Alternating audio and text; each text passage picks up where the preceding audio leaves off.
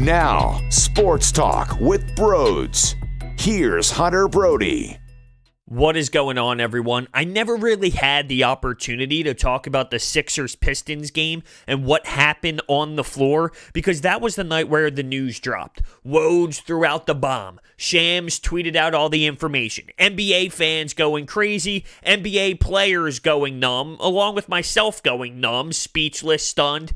It was so hard to come home for the post-game podcast and say, I'm going to talk about what Joel Embiid and Al Horford did. I'm going to talk about Matisse Thybulle and Furkan Korkmaz. I couldn't do that. I couldn't because there was just so much bigger news going on. And I feel like today is a great time to kick the shoes off, put on a nice pair of sweatpants, maybe keep on the pajama pants, and talk about Sixers basketball and legitimate Sixers basketball. Things that occurred on the floor. Because let's be real, we miss that. We miss legitimate physical play. We want to see these players compete, and the least we can do today at this point is talk about that happening. Talk about the last time that occurred with this team. At this point, I know there's going to be more coronavirus conversations, and deservingly so, but I'm trying to make this an escape. We use sports as an escape, and I want this to be that. I want this to be focused on sports conversations, sports debates during this time of need. This is time of need of sports. It's a real thing. I promise you, I'm going through withdrawal. I know it is because I feel the pain. I really do. So I feel like it is my obligation to give legitimate sports talk to the best of my ability throughout this tough time that us sports fans are going through. So, let's talk about what happened against the Pistons. It was a smooth, easy game for the 76ers. They just took control and ran away with it. They were in control the whole time. They had the flow of the game in their favor. Joel Embiid returned, and that was huge. So did Josh Richardson. Now, the Josh Richardson situation with the concussion was very confusing. By the way, before we dive more into this, I do have a lot of voicemails that were sent to me right after the game. Now, it's funny, when we listen to these throughout this podcast, it starts out early on, and there wasn't the news yet, and then it progresses into, oh, wow, there's no more NBA, and then as the voicemail box got flooded later on, it was strictly, what the hell is going on? So when I was diving back into my voicemail box to get calls for this podcast, you can see the transition of happy with the win, Joel Embiid was great, and to, oh my God, this is a legitimate nightmare, and I'm cracking up by myself going through some of these calls to choose from. It definitely was interesting to see how the night developed. But going back to Josh Richardson, I got sidetracked there. What a PR nightmare. From the concussion, going through the protocol, saying that he was locked away with no light and he had a bunch of headaches, and it seemed like it was on the level of a severe concussion. He gets cleared to go, and then he still talks about how he has headaches and how he has symptoms. I mean, that was a terrible way for this to go out to the public, especially because this is the Sixers medical staff. This is the Sixers training staff we are talking about, and they don't have the benefit of the doubt anymore, even though that it's not the same that it has been over the last how many years. It's the 76ers we are talking about, and you can never trust them. And I'll also talk about how Ben Simmons spoke before this game about where he was with his back injury, and someone asked if, he got some cortisone shots, and there was a weird delay. He had to look over to the PR team. The PR team started laughing with Ben Simmons, and they responded with, we're not going to answer that question. Now, what the hell are you talking about? It's a simple question that should not be so, I don't know, weird to answer. Did you get the cortisone shot? Yes or no? Did it work? Yes or no? I mean, it's that simple. There's no reason to be so weird to the media, weird to the public when it comes to injuries, and this organization continues to do it. So with Ben Simmons and with Josh Richardson, it was absolutely terrible from a PR standpoint. Another question Ben Simmons was asked about was his surgery possibility. Yeah, say, listen, if the rehab doesn't go as planned, Is it possible that you need surgery? And he didn't say no. He said, we'll get there when we get there, but right now I feel good. But what else did he mention during that? He mentioned he wasn't even doing legit physical basketball activity. So he feels good. There's no pain. He feels like he's on the right track, but he wasn't actually playing. So, I mean, that's a big deal. That's a big factor into this equation. If you're not doing anything, if you're not actually participating, well, come on now. Of course you're going to feel good right now. You're not playing the sport of basketball. So those two problems right there, it gets my blood going. It doesn't make much sense to me. Why do the Sixers do this? It's crazy. Now, with the whole break and the whole stoppage, I feel a little better about Ben Simmons because at that point I was wondering if they were at least going to have him back for the playoffs. That would have been the ultimate goal, just get him back for the playoffs. Now, the door is a lot wide open considering we have no clue what is going to be happening with the league and scheduled games in the playoffs. So a little bit more breathing room for Ben Simmons. But going to Joel Embiid's night, listen, the talent on the other side, which was garbage. The Pistons are garbage. They are a horrendous basketball team in the National Basketball Association, and they didn't have, literally, they had no one. They had no one playing except for Christian Woods, who we end up finding out he has coronavirus, and he ended up having 32.7 boards, 2 blocks, 3 steals against the Sixers with the coronavirus. But the scary part is there were times where he was banging bodies with Joel, banging bodies with the 76ers, and hopefully that did not rub off onto those players. Now, a lot of the players around the league, they've been tested. So you look at the Raptors, they got tested. It seems like everyone's okay. The Jazz, who have been around Rudy Gobert and Donovan Mitchell, they seem to be okay except for those two. So for the Pistons to have one person doesn't automatically mean, since they played the Sixers, they now have coronavirus. But if you think about Joel Embiid's issues over the last how many years, he had stomach virus, he had, what did he have, a stomach ache one night? Who knows? We'll find out more information as the tests go on throughout the league. But my point with Joel Embiid is he looked good. Coming off of the shoulder issue, he looks good. He had a really good night. He finished with 30, 14, and 3. He shot 9 of 17 from the field. And then the free throw line is just miraculous, and I am so amazed. I feel like I'm one of the weirdest human beings when it comes to watching Joel Embiid every night, because one of the things that fascinates me the most is his ability to knock down free throws at such a large body frame. Like, that's not normal. Look around the league. Look at all the big men. Majority of these guys just can't shoot. And I'm even talking about throughout history. They cannot shoot the basketball from the free throw line. And Joel Embiid goes up. He looks smooth. He knocks it down. He goes up, he looks smooth, he knocks it down. And he finished 10 of 12 from the charity stripe, and those are consistent numbers for this guy. He constantly finds ways to get fouled. When he's in that mode, there are times where we look at the stat sheet afterwards and go, dude, Joel, how are you only going to the stripe 8 times? How are you only going 6? I've seen you go 18. I've seen you go 16. That's unacceptable. We've, as a fan base, seen that happen times throughout this season, but there are also times where it's insane and it's non-stop, legitimate, going up to the line and knocking them down at will, and it puts this team in a great position when he does it. It was fun, man. It definitely was. Later in the game, he's walking up to not the free throw line, I'm talking about the 3-point line. Swish. Nothing but net. You got Wicked going, his song at the Wells Fargo Center. He's raising his arms, and the crowd comes down with all the excitement, and he embraces the Wells Fargo Center. It was an awesome time just to see Joel out there, and there's a different feel to this team when someone like him is out there, and same with Ben Simmons. Now, obviously, Ben is still going through some stuff, so he wasn't.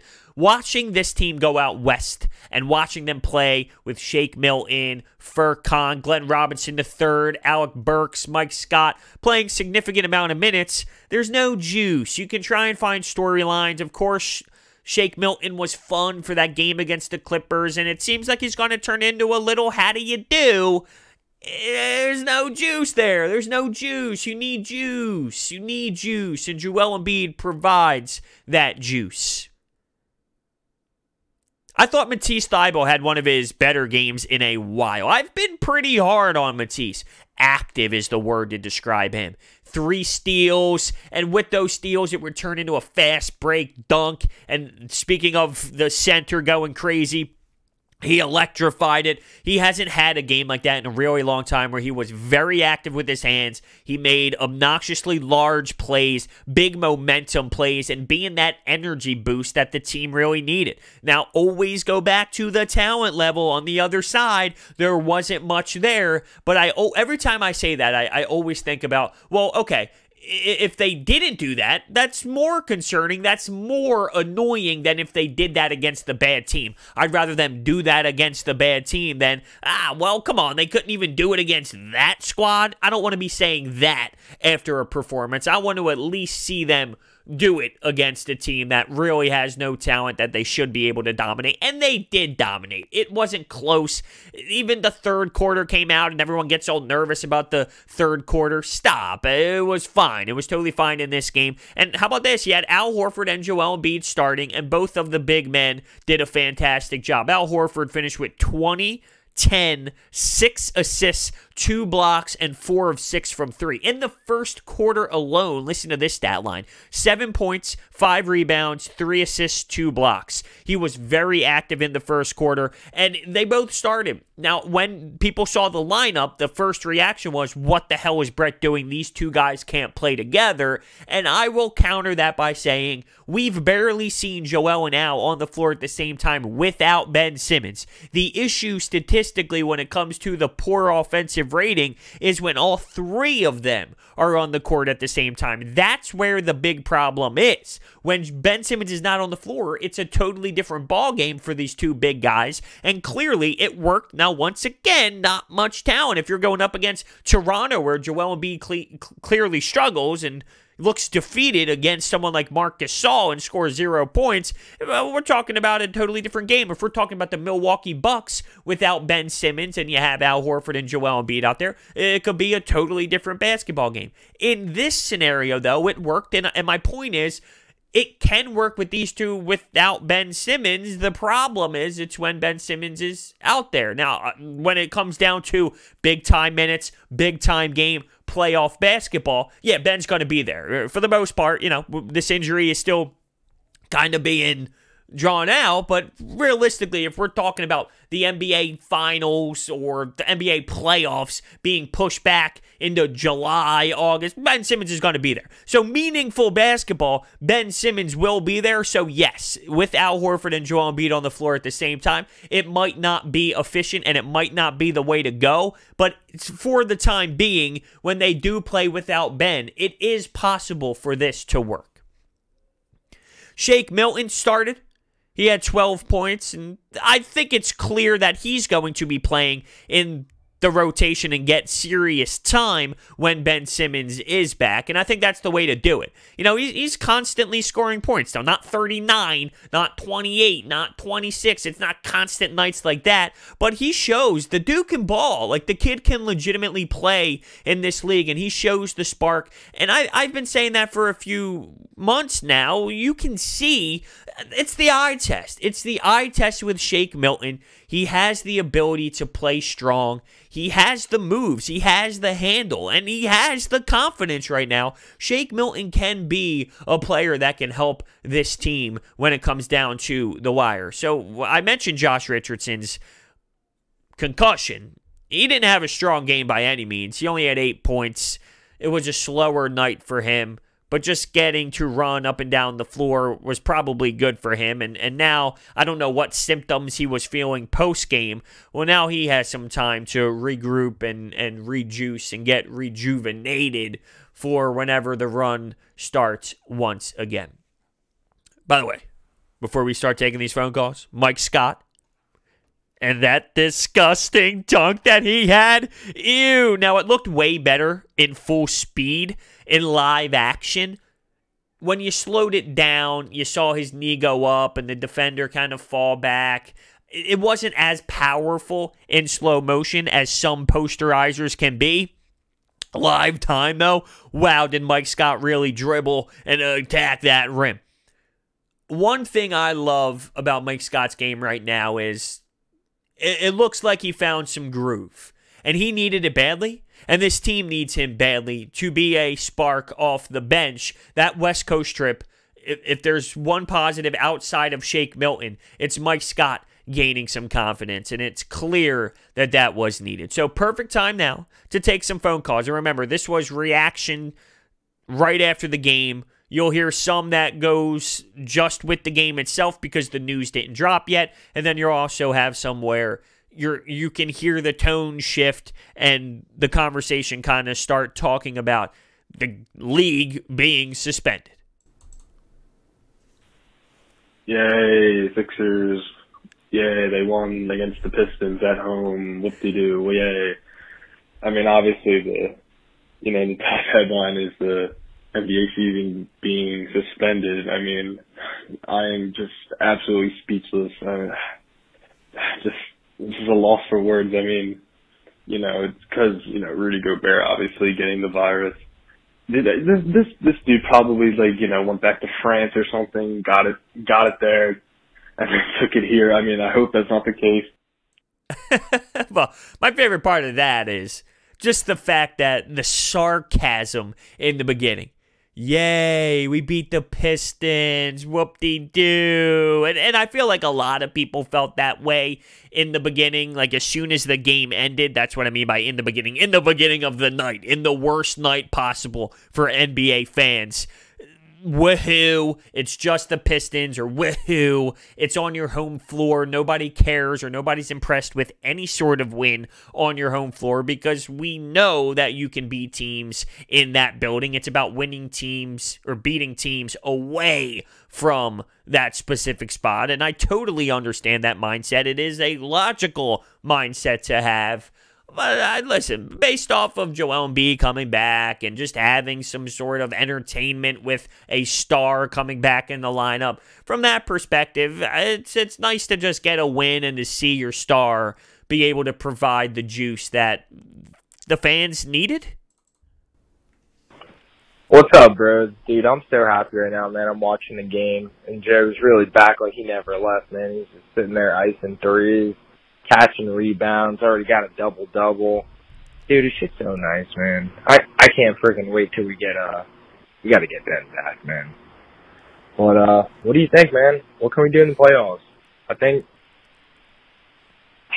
we can do it, man. I think we're gonna win some games, man. We're gonna win a series or two, man. We might just be in the Eastern Conference Finals, dude. Who knows? See, to me, and I love you. Thank you so much for the call. To me, that is the perfect example of the night-to-night reaction. They lose to the Clippers. They lose to the Lakers. They lose to Golden State. This team is awful. They come home. They return. Joel looks great. He has a double-double. We need Ben back, and we can go to the NBA Finals. It is one hell of an interesting turn when it comes to the emotional side of this team and the daily jump from one extreme to the next because they are so inconsistent. I'm not ready to get close to anywhere near the NBA Finals at this point. Bro, it's Danny. Solid win tonight. Can't really make much of it, but we blew out a bad team. I'll take it. I obviously prefer that to a loss. Yeah, it's so weird that Christian Wood's like a genuine NBA player because he was just that skinny guy, the epitome of a process guy. When he was on the Sixers, I never thought he'd be more than just a G League scrub, and he's like genuinely good player for the Pistons. That's kind of weird. I hate to go there on the Sports Talking Pros podcast, but big thought going through my head right now is I hope I don't have to wait 3-4 weeks for another 76ers game because I saw the Thunder Jazz game got postponed today. So yeah, if the NBA does cancel games, that really sucks. And yeah, that's all I got for you. See you, Brooks. Spoiler alert, it happened, and it does suck. But yeah, Christian Woods, man, what a story that has been. There are so many players that find ways to have unique stories like that. Talk about the process Sixers. Oh, the process Sixers. I remember watching those process Sixers play every night. I mean, what a nut job I am. I tuned in to the Sixers on a nightly basis when that stuff went down. watching TJ McConnell, Robert Covington. I mean, I guess that's like the blessed part of the process. I'm naming guys that are still in the NBA now. But when you dive back to some of these players, and Christian Woods is one of them, oh, it was a nightmare. Spencer Hall's in the mix. Oh, these teams, the nightmares that I had watching that team. I remember asking God one night. When am I going to see basketball that matters? When am I going to see it? And now we have basketball that matters, and it's the most frustrating thing in the world. It's so ridiculous. Oh, why can't we have a regular season like the Bucks have or like the Lakers have, where they just roll through teams and you can sense that they are a real team? And not this. But maybe, just maybe, that comes with age and professionalism with our two guys, Ben Simmons and Joel Embiid. Yo, bros. Good game by the Sixers. Can't be upset with that. I mean, they did what they're supposed to do, handle business. Al Horford showing that he's not completely useless. So that was a nice change. Overall it was exciting to see. I mean, it's hard to tell what the team's going to be any given night. But honestly, I mean, Joel looks good. I mean, hopefully we'll at least be well rested. I know Simmons will be out for at least another 3 weeks. But hopefully he'll be rested come playoff time. And I mean, honestly, this team's going to be the team that can beat anybody and lose to anybody. So we got to accept them for what they are and just hope for the best, give positive vibes, and just keep rocking that home court. Take it easy, man. Love the show. Thank you so much. Now, I mentioned the West Coast trip, and I mentioned Mike Scott and how that was a blessing in disguise along with Shake Milton. Al Horford was balling in that West Coast trip, too. He found his game a bit, and he brought that back to South Philadelphia. I pray that this break will be nice for him mentally. He'll be able to attack his game with the type of mentality that he has been over the last 4 games or so, because he has been a nice piece. He has been good. And realistically, what are we looking for out of Al Horford? When you have players out there like Ben and Joel Embiid, what type of night can we look at Al Horford to have? 14, 7, and 5?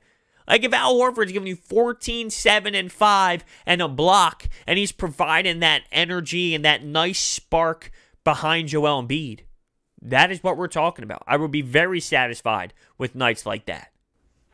Yo, what's up, bros? Good game. Didn't expect no more, no less. Got the win. One thing I noticed, though, everybody had their moment. Everybody did their part. Yeah, Al doing what he does. That was a great night for him. Matisse in the first quarter played like Matisse, played good. Burks here and there, he got a couple fouls, got to the line, knocked down free throws. Joe did what he did.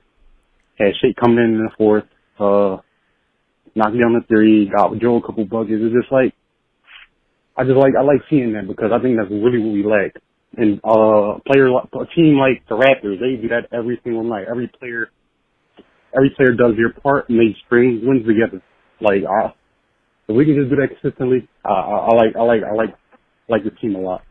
Thanks, Bruce. Wow, how about that? Some optimism with this squad. Now, I forget, because we are now 23 minutes in. So if I did not mention Furkan Korkmaz, then shame on me with that 17-point performance in 21 minutes. Now, if I already discussed it, then I just totally forgot it. I've just talked a lot of Sixers so far in this.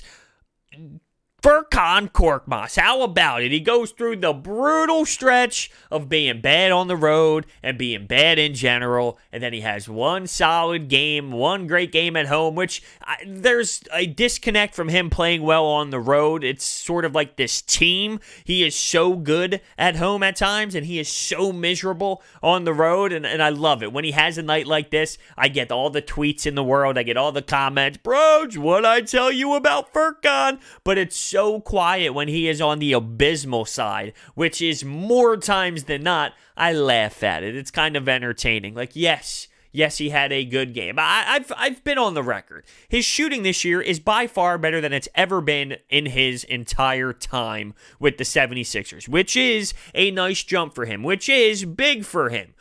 But when you see him like he was against Golden State and when he was against other teams defensively, it is so bad. It is so bad. When he gets abused, it is so bad. It's unwatchable. It's cringeworthy stuff. And that happens more times than, him dropping 38 points.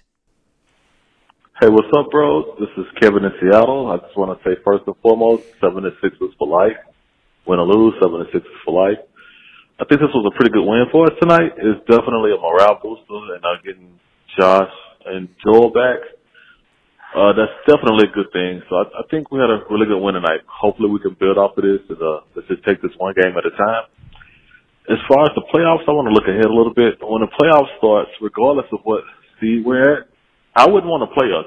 So I hope teams are not making a mistake. Well, actually, I do hope teams are making a mistake and counting us out. That'll be a huge mistake to count out the 76ers. I wouldn't want to play us in the first round or no round in the playoffs. We're definitely capable of beating anyone in the league.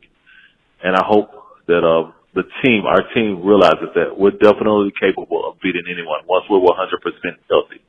All right, thanks. Next game. I love the optimism. I really do. It's funny because I wasn't listening to these calls fully as I picked them for the podcast because I like to be surprised with what everyone's saying. I had to look at the timestamps to make sure that these were about this game when I went back in my voicemail box. But I like to be surprised by the call. I like to give my instant reaction, my initial reaction to what people said to me right after the post game. So to hear all this positivity, I guess it just makes me laugh. That's all. I guess it just makes me laugh. Because where the hell did this come from? Where? Because a win at home against the Pistons? It's so night and day. It is so night and day every single night with this team. What up, bros? Great win. Great solid win. We needed it. And it looks like this is going to be the last game for a while. It's sad because basketball is my favorite sport. And now I'm not going to be able to watch it. My prayers go out to Rudy Gobert, obviously. I just want to get your thoughts on this whole thing. It's really, really scary. Yeah, the whole thing is, it's a shame. It's a shame that this is happening. I don't know if we'll ever see this again. Now, I had a conversation with somebody that I work with, and I raised this question. If this happened 20 years ago, 25 years ago, do you think all of the sports, all of the schools, all of these businesses would be shut down? Or people would just go on their daily business and go through their normal day and just hope they don't get it? Or is this shutdown happening because of the way the world is these days? The world is a little bit softer. They take a lot more precaution. And I'm not saying that that's wrong, but as society, we have changed and we have become a little soft. That's just the best way to describe it.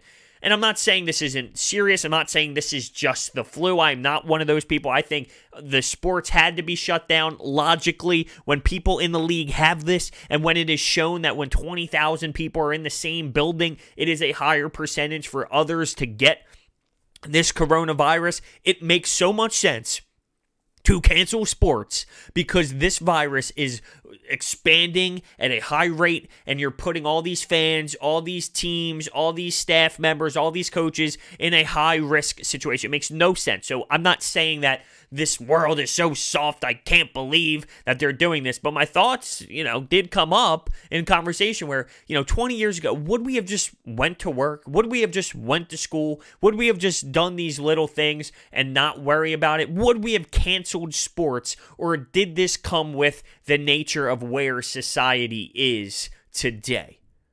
It's just an interesting way to process this, and I'll leave you with that.